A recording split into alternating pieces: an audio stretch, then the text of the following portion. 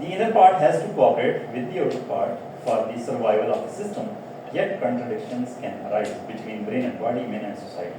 Likewise, people and societies cooperate and compete. Fundamental transformation occurs when competition or class struggle reaches to break point.